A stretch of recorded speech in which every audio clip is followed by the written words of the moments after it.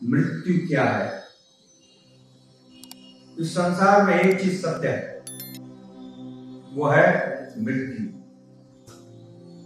साथ ही साथ यह भी सत्य है, कोई भी मृत्यु का वर्णन नहीं करना चाहता, कोई भी मृत्यु को चाहता नहीं। जो व्यक्ति भयानक यातनाओं को सहन कर रहा है, कष्टों को सहन कर रहा है, पड़ा हुआ है बिस्तर पे, दुख पा रहा है, किंतु मृत्यु नहीं चाहता और ज्यादा दिन इस संसार में रहना चाहता। और इसी कारण से इतने सारे इंडस्ट्री चल रही है, हॉस्पिटल इंडस्ट्री। लोग आप देखिए, जाकर के आप सर्वे कीजिए, बिस्तरों पर पड़ गए हैं, असहाय अवस्था में है, नाना प्रकार की दवाई देकर के डॉक्टर उनको कुछ दिनों के लिए जिंदा रख रहे हैं, कुछ घंटों के लिए जिंदा रख रहे हैं, कुछ मिनटों के लिए जिंदा रखते हैं और बहुत बड़ी फीस लेते हैं। और वो व्यक्ति ऐसी परिस्थिति में भी जीने की आशा रखते हैं। ठीक है, जीने की आशा करनी चाहिए, परंतु जीकर क्या करेंगे ये प्रमुख विषय है। जीने की आशा करना बुरा नहीं है, परंतु जीना किसके लिए है। श्री ईशोपनिषद में कृष्ण कृपामूर्ति श्री ऐसी भक्तिवेदांत स्वामी प्रभुपाद जी ने बताया, मनुष्य जीवन वास्तविक रूप से ये जन्म मृत्यु जरा व्याधि के चक्कर से बाहर निकलने के लिए बना हुआ, जो कि भगवान की भक्ति के द्वारा संभव है।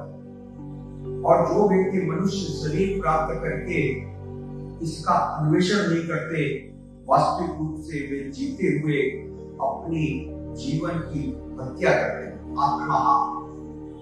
आत्मा के हत्यारे कहे जाते हैं। सिर्फ आर्थिक प्रगति के लिए, भौतिक सुखों के लिए लोग जी रहे हैं, इसलिए इसे समझना अत्यंत आवश्यक है। महाराज विदुर धृतराष्ट्र को यह बात समझाने के लिए आए।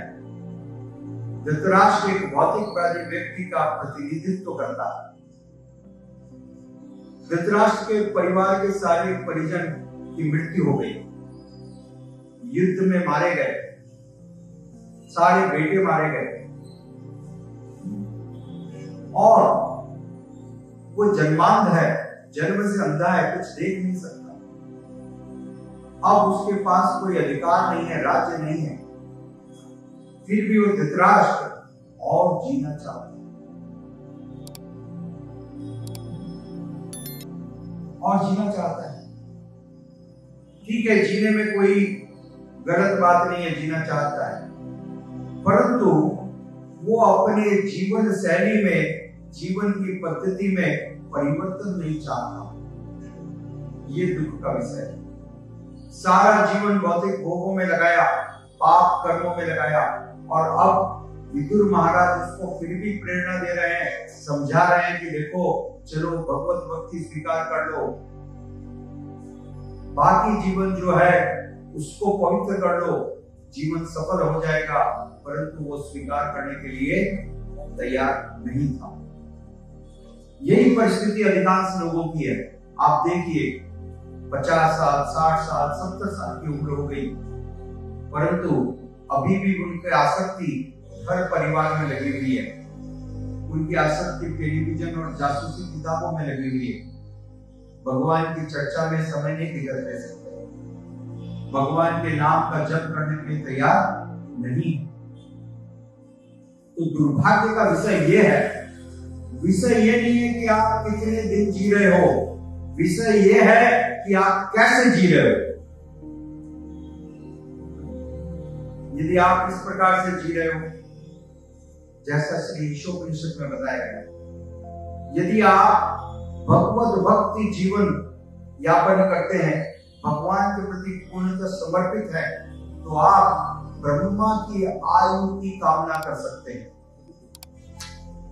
आप कामना कर सकते हैं ब्रह्मा जी की आयु का, कोई हानि नहीं, कोई अपराध नहीं। अन्यथा छोटा भी जीवन व्यर्थ है। जीवन का लक्ष्य होना चाहिए, एक प्रयोजन होना चाहिए। तो भगवान श्री कृष्ण ने भगवत गीता में बतलाया, क्योंकि कुछ लोग ऐसे हैं जो भक्त हैं, वो भगवान के साथ साक्षात्कार करते हैं भगवान के रूप में। भक्त भगवान के रूप में भगवान का साक्षात्कार करते हैं, साक्षात रूप में। किंतु जो अभक्त हैं, जो भगवान में विश्वास नहीं करते हैं, भगवान को नहीं मानते हैं, भगवान के प्रति समर्पण करने के तैयार नहीं है, उनको भी मजबूर होकर के भगवान के प्रति समर्पित करना पड़ता है। जैसा श्री प्रभुपाद जी ने उदाहरण दिया, जो सभ्य नागरिक हैं देश के, वो देश का कानून मानते हैं, स्वेच्छा से मानते हैं, किंतु जो दुष्ट हैं और बदमाश हैं, उनको भी विवश होकर के देश का कानून मानना पड़ता है, बाई फोर्स। पुलिस मनवाती है, डंडे खा करके देश का कानून मानना पड़ता है। तो मानना दोनों को पड़ेगा। एक स्वेच्छा से मानना है, अपनी इच्छा से, प्रसन्नता से, खुशी के साथ मानना है, और दूसरा नाना प्रकार के कष्ट पा करके, दुख पा करके, प्रताड़ना खा करके फिर मानता है। तो मानना दोनों को पड़ता है। तो जो अभक्त है, उनको भी भगवान का साक्षात्कार होता है, क्योंकि भगवान समदर्शी है, दयालु है। तो जिस प्रकार से मैंने पहले चर्चा की, ऐसे अभक्त लोग भगवान का साक्षात्कार करते हैं मृत्यु के रूप में। मृत्यु के रूप में भगवान ने श्रीमद् भगवत गीता में बताया, भगवत गीता के 10वें अध्याय के 34वें श्लोक में भगवान श्री कृष्ण कहते, मृत्यु सर्व हर्षाहम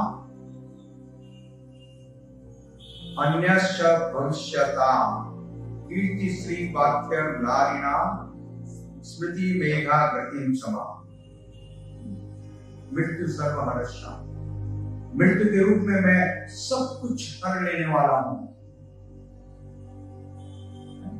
देखिए, लोग जीवन भर कठोर परिश्रम करके संग्रह करते हैं, जमा करते हैं।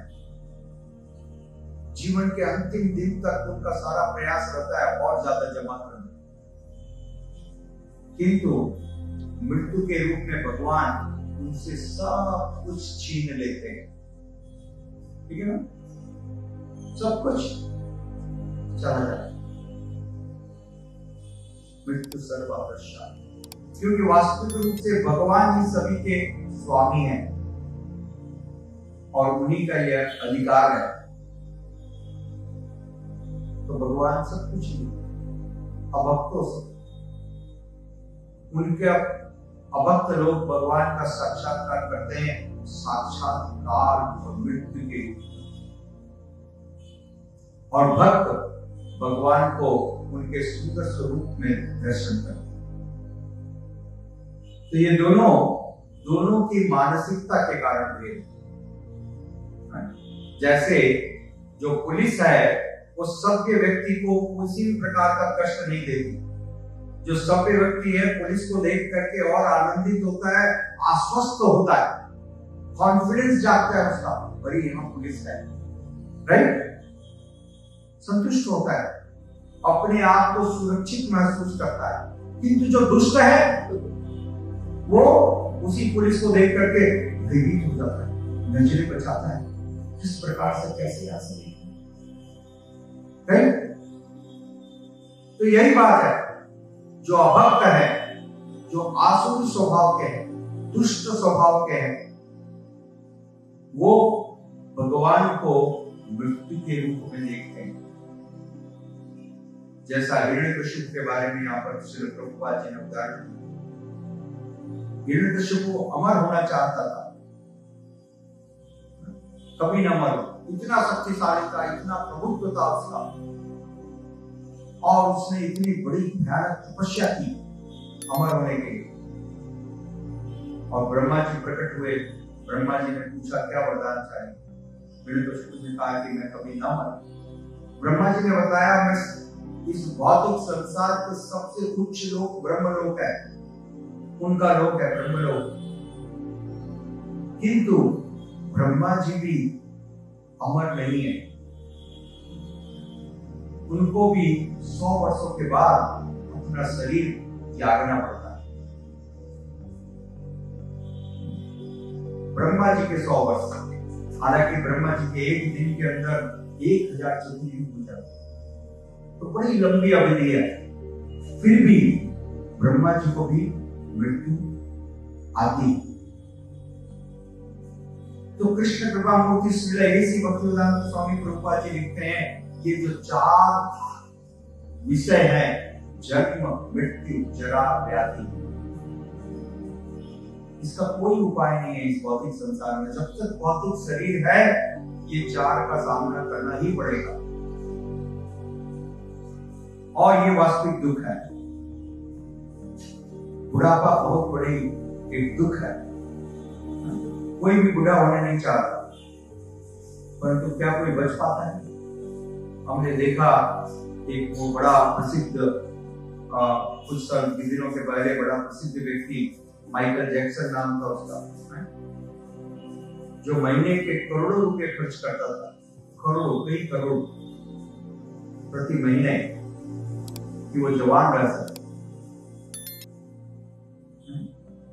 उसने अपने स्किन सर्जरी कराई थी कई बार, 1 बार 2 बार नहीं। उसकी एकमात्र इच्छा थी कि मैं जवान रहूं, परंतु क्या परिणाम हुआ? हजारों करोड़ का खर्च करने के बाद भी महाशय युवावस्था में चल बसे। तो आप कोई भी प्रयास कर लो, क्योंकि काल भगवान का प्रतिनिधि है। काल यानी समय,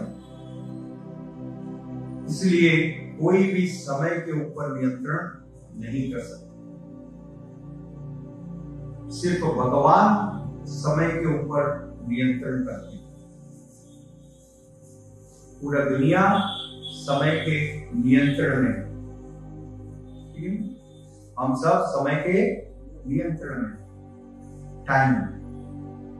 भगवान ने बताया, काल के रूप में मैं सबका संहार करता हूं, सबको नियंत्रण करता हूं। कहते ना भाई, आप नहीं बोल रहे हो, आपका समय बोल रहा है। आप नहीं बोल रहे हो, समय बोल रहा है।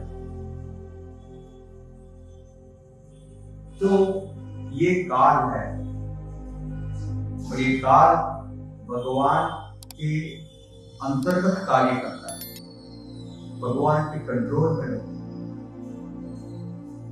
और भगवान ने भगवत गीता में बताया स्पष्ट रूप से, मैं काल हूं।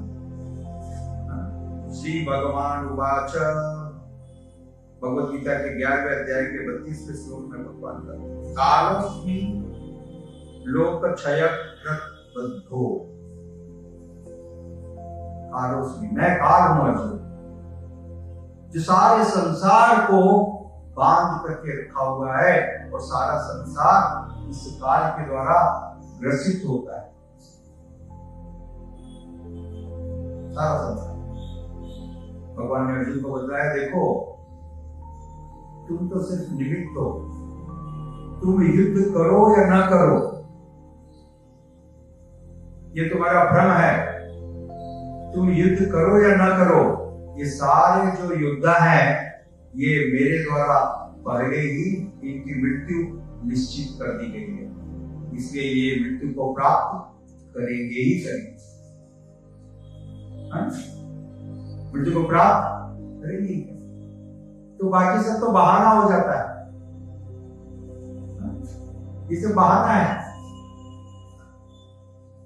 परंतु मृत्यु तो निश्चित है।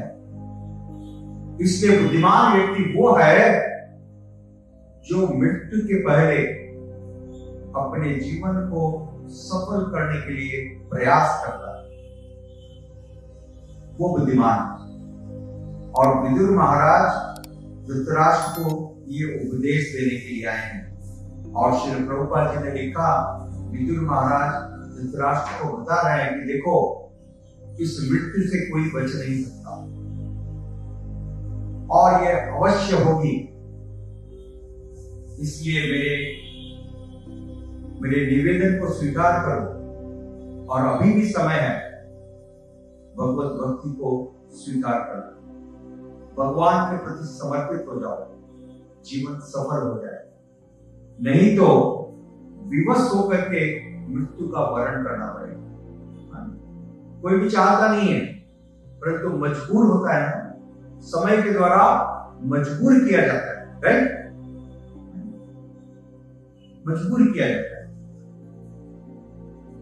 तो क्या लाभ होगा? दुर्गति होगी। इसलिए जो भक्त है वो ईमान है। भक्त भगवान के प्रति समर्पित रहते हैं। जिस प्रकार से मैंने उदाहरण दिया पुलिस का, पुलिस एक सभ्य व्यक्ति को प्रोटेक्शन देती है, संरक्षण प्रदान करती है, राइट? एक सभ्य नागरिक को पुलिस संरक्षण प्रदान करती है, सुरक्षा प्रदान करती है, उसके जीवन को सुचारू और सुखमय बनाने के लिए प्रयत्नशील रहती है। वही पुलिस एक दुष्ट और एक बदमाश को नाना प्रकार से प्रताड़ित करती है, राइट? तो पुलिस वास्तविक रूप से पक्षपात नहीं कर रही, पुलिस न्याय ही कर रही है। जो जैसा डिजर्व करता है, जो जिसके योग्य है, पुलिस उसको वैसा ही एक प्रतिवाद, उसको उसी प्रकार का एक व्यवहार करती है। तो ये कहना गलत है कि पुलिस मेरे प्रति बहुत ही क्रूर है, पुलिस मेरे प्रति द्वेष रखती है। उसका क्या द्वेष? उसका कोई द्वेष नहीं है।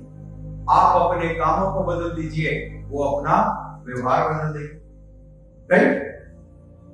यदि आप चाहते हो कि उसका व्यवहार बदले आपके प्रति, तो आप उन कामों को, निषिद्ध कामों को करना बंद कर दीजिए, करेक्ट?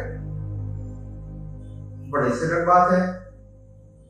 तो ये जो प्रकृति के 3 गुण हैं, श्रील प्रभुपाद जी ने बताया, 3 प्रकार के जो कष्ट मिलते हैं, आदि देवी, आदि भौतिक, आध्यात्मिक, जो भौतिक प्रकृति के अंतर्गत कार्य करते हैं, दुर्गा,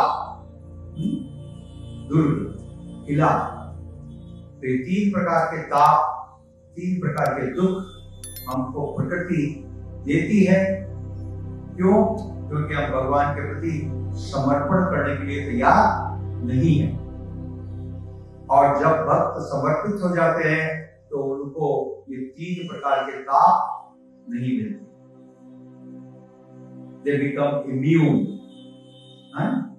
और यही भौतिक प्रकृति उनकी मदद करती है। जैसे जो पुलिस इन दुष्टों को जेल में डालती है, कष्ट देती है, वही पुलिस एक सभ्य नागरिक को उसको सुखमय जीवन यापन करने के लिए सहायता करती है। इसलिए भगवत गीता में बताया, भगवान श्री कृष्ण कहते हैं, देवी हर्षा गुणमयी मम माया माये वै प्रपद्यन्ते माया मेधा तरुते। ये मेरी माया उनको इस भव सागर से पार करने में मदद करती है, हेल्प करती है। तो पुलिस की हेल्प करती है और पुलिस ही दंड देती है। परंतु उस पुलिस का आपसे कोई व्यक्तिगत दुश्मनी नहीं है। ये सब क्यों हो रहा है? हमारे कार्यों के द्वारा। इसकी आवश्यकता क्या है? कार्यों को बदले, अपनी सोच को बदले, अपने कार्यों को बदले, और कोई भी व्यक्ति बदल सकता है। और इसीलिए सारे शास्त्र हैं। इन सारे शास्त्रों का मूल प्रयोजन यह है, ये शिक्षाएं बताई कि किस प्रकार से हम अपने जीवन को पवित्र कर सकते हैं, बदल सकते हैं और भगवत तत्व की प्राप्ति कर सकते हैं, इस जीवन को सार्थक कर सकते हैं। विदुर महाराज धृतराष्ट्र को ये उपदेश दे रहे हैं कि कोई भी व्यक्ति इस संसार में मृत्यु से बच नहीं पाए। कुछ भी कर लो, हालांकि कोई भी मरना नहीं चाहता। एक कहावत है, सब कोई स्वर्ग चाहते हैं, राइट? सब कोई की क्या इच्छा है? मैं स्वर्ग में जाऊं, परंतु क्या कोई मरने के लिए तैयार है? तो आप बताइए, बिना मरे हुए क्या आप स्वर्ग में जा सकते हो? इस शरीर के साथ स्वर्ग जाओगे? संभव नहीं। तो शरीर तो छोड़ना पड़ेगा, परंतु शरीर छोड़ने के लिए तैयार नहीं। यही एक बहुत बड़ा मजाक है। स्वर्ग सब चाहते हैं, परंतु मरने के लिए कोई भी तैयार नहीं है। तो वास्तविक रूप से स्वर्ग नहीं, वैकुंठ की प्राप्ति होगी। आप ब्रह्म भुवनालोका पुनरावर्ती नोचि।